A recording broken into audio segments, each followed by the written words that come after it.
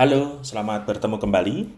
Pada video tutorial kali ini, saya akan menjelaskan tentang satu notasi yang saya rasa akan cukup bermanfaat untuk menghandle case-case yang umum ditemukan dalam perancangan proses bisnis ya. Jadi ceritanya, ini ada proses bisnis existing yang sudah saya define ya, termasuk formnya. Ini adalah proses bisnis untuk menjalankan atau penyelesaian suatu proyek ya. Nah, kemudian dalam proses bisnis ini, studi kasusnya dibutuhkan proses laporan harian. Nah, jika ditemukan case tersebut, kita bisa memanfaatkan satu notasi yang bernama event subproses ya, ambil dari sini. Nah, kita bisa tambahkan satu notasi ini yang kita setting menjadi event subproses. Lalu karena kebutuhannya adalah laporan harian ya, maka kita menggunakan timer event. Nah, kita pilihnya adalah yang non-interrupting, supaya proses yang sedang berjalan ini tidak terinterrupt. Jadi tetap terus berlangsung pengerjaan proyeknya. Nah, prosesnya kurang lebih seperti ini. Kita ubah menjadi laporan harian.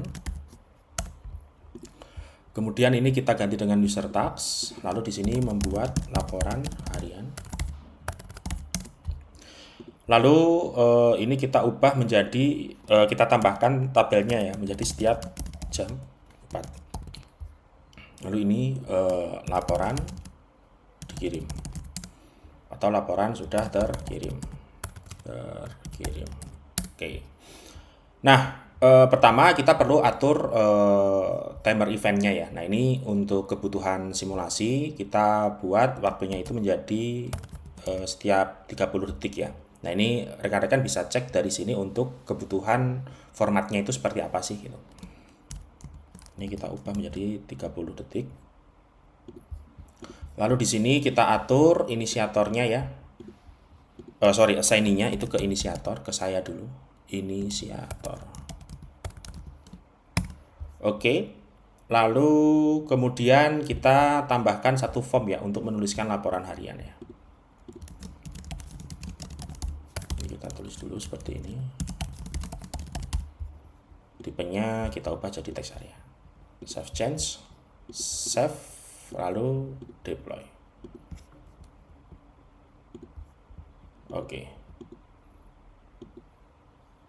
Oke, sebentar. Ini ada proses yang sebelumnya saya bersihkan dulu. Oke, setelah tadi deploy, kita lanjut untuk simulasinya ya. Kita mulai proses pengerjaan proyeknya. Ini project name-nya. Pemasangan tiang internet misalkan. Dari Sleman ke Bantul. Nah, kita isi semuanya. 6 isinya, lalu start proses. Oke. Kemudian proses project ini akan berjalan seperti ini ya. Prosesnya sedang di tahap perencanaan proyek. Lalu sembari mengisi ini, kita tunggu proses selama 30 detik untuk membuat timer event ini tertrigger ya. Lalu kemudian akan menghasilkan atau menuju ke task membuat laporan harian. Ya, kita tunggu karena tadi settingannya 30 detik. Nah, membuat laporan hariannya sudah muncul ya. Jadi ini kita bisa submit dan kita bisa lihat, oh ternyata sekarang sudah jalan ya. Sembari perencanaan proyek berjalan, membuat laporan harian juga berjalan. Oke. Nah, perencanaan proyek kita lanjut. Ini baru perencanaan. Sorry. 50 juta, 100 ribu. Ini kita coba upload saja beberapa file. Oke. Nah, ini jalan lagi ya yang membuat laporan harian karena tadi kita settingnya 30 detik ya. Ini oke lagi. Terus eksekusi proyek kita komplit. Nah, ini nanti bisa muncul lagi nih di saat prosesnya sedang dieksekusi proyek. Ketika 30 detik Ini nanti dia akan muncul lagi untuk laporan harian. Nah, ini sambil kita isi. Ini on track, oke, actual finishnya tanggal 26, kita komplit. Selesai. Lalu di sini yang membuat laporan harian tadi muncul lagi ya, karena tadi 30 detik, ya ini kita selesaikan aja supaya prosesnya tuntas, selesai, beres.